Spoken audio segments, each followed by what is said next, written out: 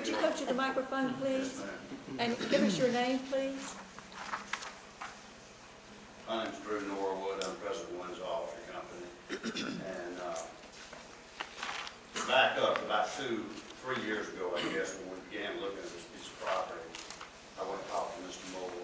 Zane and Cole, and we came up with a there was no stormwater requirement retention at all. And we put this design of stormwater retention pond, and then also got that would hold back, which is basically the same thing as Buncombe County is coming in required at that. We further agreed to him to put some stormwater retention over on his property. And what we got here is we got a piece of property that does like this, and there's a huge drainage ditch that goes down through his property. He's worried about excess rain and a heavy storm tearing up that ditch. So I agreed with him that we would put in our homeowner's documents the cost to be a amount of money put in every month by the homeowners on an annual basis or monthly basis. Build up reserves so if there is any excess damage in that ditch, they would have the money in hand to come and fix it. And he was comfortable with that. He and I talked after the meeting, and I said, one way we may be able to handle this, maybe they'll get an insurance policy for it. Whether we can or not, I don't know. But either an insurance policy or setting up funds to do this. But having said that, this retention pond is such an enormity. It's going to take a heck of a rain for it to cause any problem on his property. We wanted to do that 3 years ago. I've developed mainly in South Carolina. We've been doing stormwater retention in there for 20 years. And North Carolina is just what they're requiring now. I've been doing it forever. So we're used to doing that. I was going to put that in anyway because I don't want Zane suing me because I go out of the ditch. I don't want to get in that. So we've had to revise that, tweak it, and change it a little bit to meet the new Buncombe County stormwater ordinance. But that's what it is. The reason the size it is to meet that ordinance. Our plan sheet does not have the pond in it, but does the pond have a riser in it for drawdown? This is Don Huntley, the engineer, can explain the details.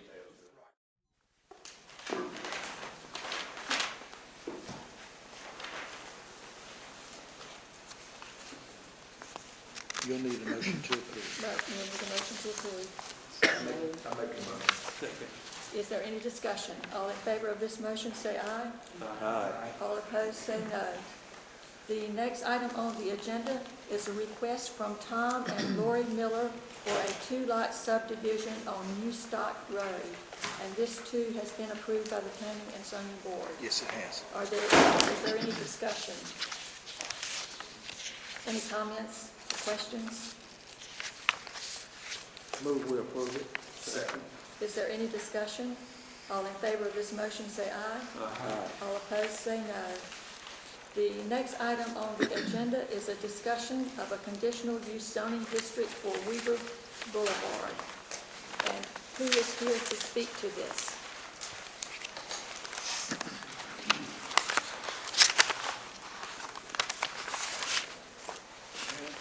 Madam Mayor, may I give an explanation of our process that we're looking at?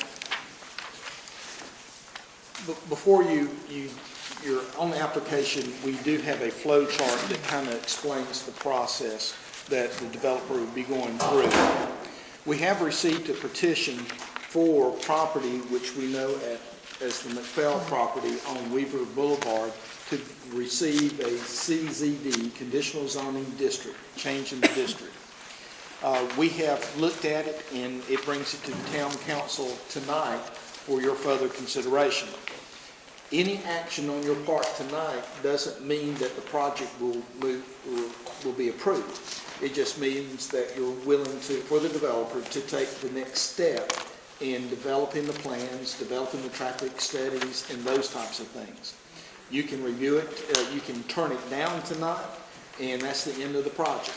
You can say we'd like for it to go on to the next step, and it can proceed, which would include public involvement, our community meetings.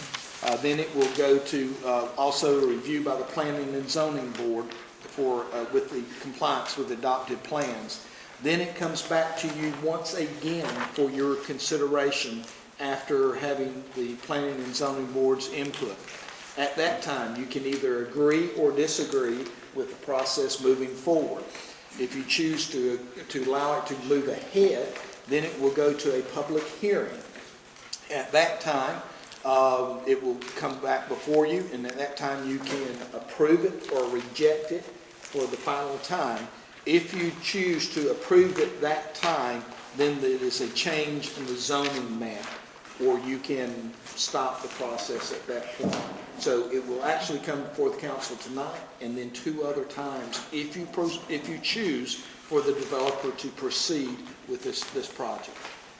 That's just a summary of our process that we have.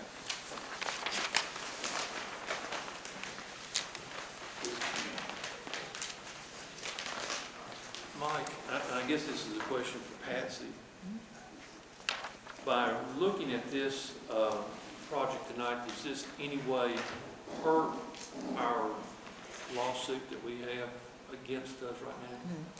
No, right now that's still pending with the North Carolina Court of Appeals. We've had the oral arguments, and the 3-member panel has it before them to make a decision and write an opinion about it. And that argument was, I think it was around September 19 or 17, one of those 2 dates that's sticking in my mind, about mid-September. It could be any day.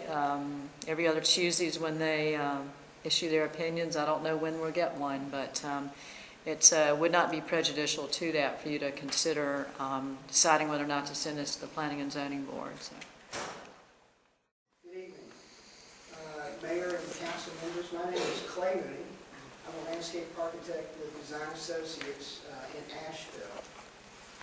I'm speaking tonight on behalf of the developers of the proposed Weaver Village project. We're here before you tonight to request your consideration for the rezoning of approximately 13 acres of R1 zoned property, with its sole access point being from Weaver Boulevard to Conditional Zoning District CZD.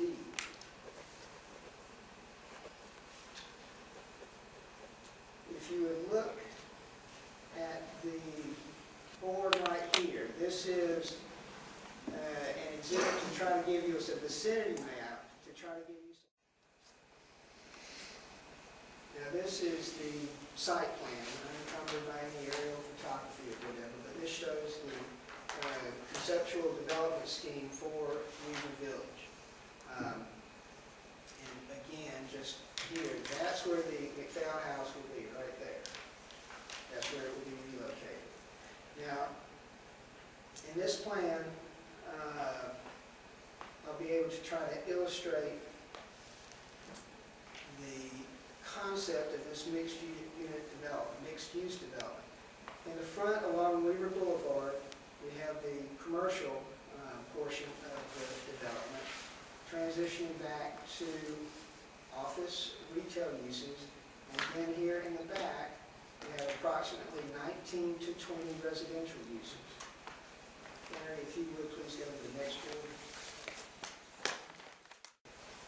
Now this is a color-coded exhibit of the development, and again, over the aerial, but the light orange represents the commercial development of the project.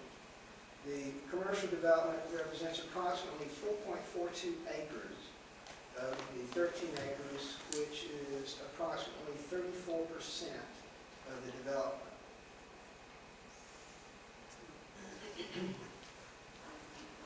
Again, it's 4 users, and the uses, the typical users, as illustrated in this plan and in the site plan that you're looking at, would be, there are 2 banks shown, a drugstore, and food service or restaurant. And as shown on this plan, they represent approximately 26,000 square feet